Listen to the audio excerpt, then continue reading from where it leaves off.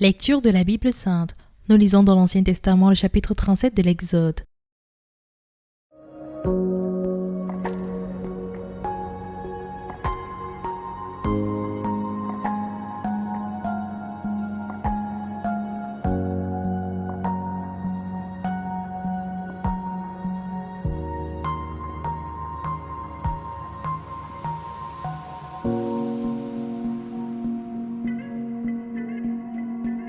Coucou toi, j'espère que tu te portes bien et j'espère que tu as passé une très belle fête de Pâques.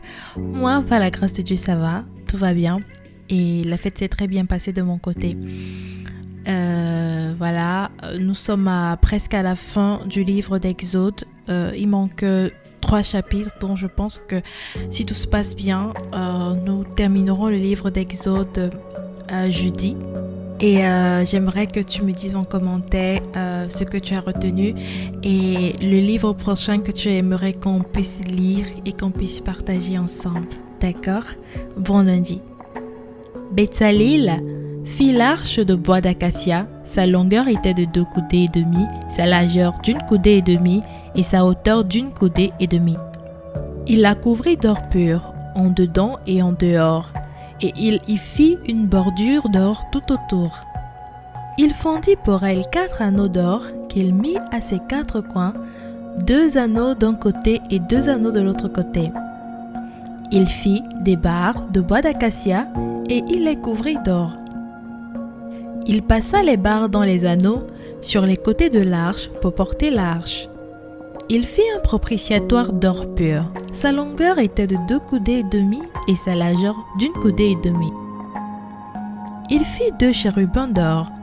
Il les fit d'or battu aux 2 extrémités du propitiatoire. Un chérubin à l'une des extrémités et un chérubin à l'autre extrémité.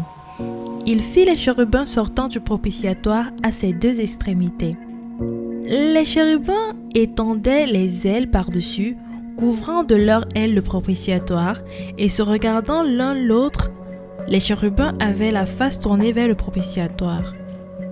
Il fit la table des bois d'acacia. Sa longueur était de 2 coudées, sa largeur d'1 coudée et sa hauteur d'1 coudée et demie. Il la couvrit d'or pur, et il y fit une bordure d'or tout autour. Il y fit à l'entour un rebord de 4 doigts, sur lequel il mit une bordure d'or tout autour. Il fondit pour la table 4 anneaux d'or et mit les anneaux aux 4 coins qui étaient à ses 4 pieds. Les anneaux étaient près du rebord et recevaient des barres pour porter la table. Il fit les barres de bois d'acacia et les couvrit d'or et elles servaient à porter la table. Il fit les ustensiles qu'on devait mettre sur la table, ses plats, ses coupes, ses calices et ses tasses pour servir aux libations. Il les fit d'or pur. Il fit le chandelier d'or pur. Il fit le chandelier d'or battu. Son pied, sa tige, ses calices, ses pommes et ses fleurs étaient d'une même pièce. 6 branches sortaient de ses côtés, 3 branches du chandelier de l'un des côtés et 3 branches du chandelier de l'autre côté. Il y avait sur une branche 3 calices en forme d'amande avec pommes et fleurs, et sur une autre branche 3 calices en forme d'amande avec pommes et fleurs. Il en était de même pour les 6 branches sortant du chandelier. À la tige du chandelier, il y avait 4 calices en forme d'amande avec leurs pommes et leurs fleurs. Il y avait une pomme sous 2 des branches sortant du chandelier, une pomme sous 2 autres branches et une pomme sous 2 autres branches. Il en était de même pour les 6 branches sortant du chandelier.